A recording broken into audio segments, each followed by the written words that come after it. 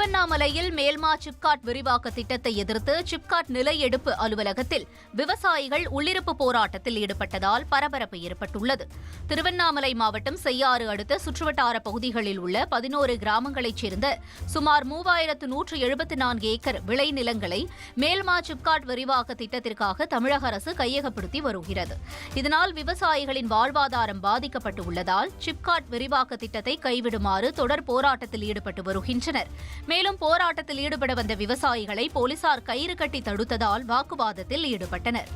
2 வருஷமா காத்திருப்பு போராட்டம் பண்ணி வந்தவங்களை இந்த நிலையெடுப்பு அலுவலகம் கூப்பிட்டாங்க. அதுக்கு கேட்கறதுக்கு வந்த ஒரு மனு கொடுத்துக்கு வந்தவங்களாண்ட அவர் சொல்றாரு 37 நில உரிமையாளர்களை 45 ஏக்கர் நான் நிலத்தை எடுத்துட்டேன், இதுக்கப்புறம் நீங்க என்ன பண்ண எதுக்கு பண்ணி கிடக்குறீங்கன்னு கேட்கிறாரு, போராட்டம் பண்றீங்கன்னு கேட்கிறாரு. அதனால நாங்க அப்படியே உள்ளிருப்பு போராட்டத்தில் உட்காந்துட்டோம். உட்காந்தவங்களை யாருமே இன்னும் எதுனே கேட்கல. நைட்டு 11 மணி வரணும். 11 மணிக்கு மேல மாவட்ட உறவினர்கள் வந்தாரு. வந்துட்டு அவர் நீங்க இந்த மாதிரி உள்ளூர் போராட்டம் பண்ற தவிர வெளியே போங்க அப்படின்ற மிரட்டல் தோரணையில மிரட்டினாரு. விவசாயம் போனா அப்புறம் நாங்க எங்க எப்படிங்க நாங்க பழகிட்ட எங்க கடல் முப்போக வளையில நிலம் நேரடியா வந்து எங்க நிலத்தை பார்த்துட்டு நீங்க சிப்பாடு நாமீங்க எது நாமீங்க எங்களுக்கு வானம் சிப்பாடு. நாங்க பயிர் தொழில் செய்து நாங்க பழகிறோம்.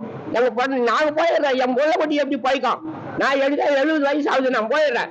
என் முளைக்குட்டி எப்படி பழிக்கும்? நீ ஒரு அரசியல் இருந்தா விட 10 பேர் உனக்கு ஒரு ஓடு போட்டாதான் நீ அரசியல் இருக்க முடியும். இந்த 10 பேர் மனசு நீ கெடுத்து புண்ணாக்கி எங்க சொத்து அபகரிக்கிறனா, இந்த 10 பேர் வவுறு எரிஞ்சதுன்னா நீ அரசியல் இருக்கிறது ரொம்ப ரொம்ப ரொம்ப அநியாயம். அது தாங்கும். எங்க வயிறு எரியுது, நாங்க பசியும் பட்டினியா கிடக்குறோம். இது உனக்கு நியாயம் கிடையாது. எங்க சொத்தை ரத்து செய். எங்க சொத்தை எங்களுக்கு உறுதி அழிச்சு உன்னுடைய சிப்காட்டை ரத்து செய்.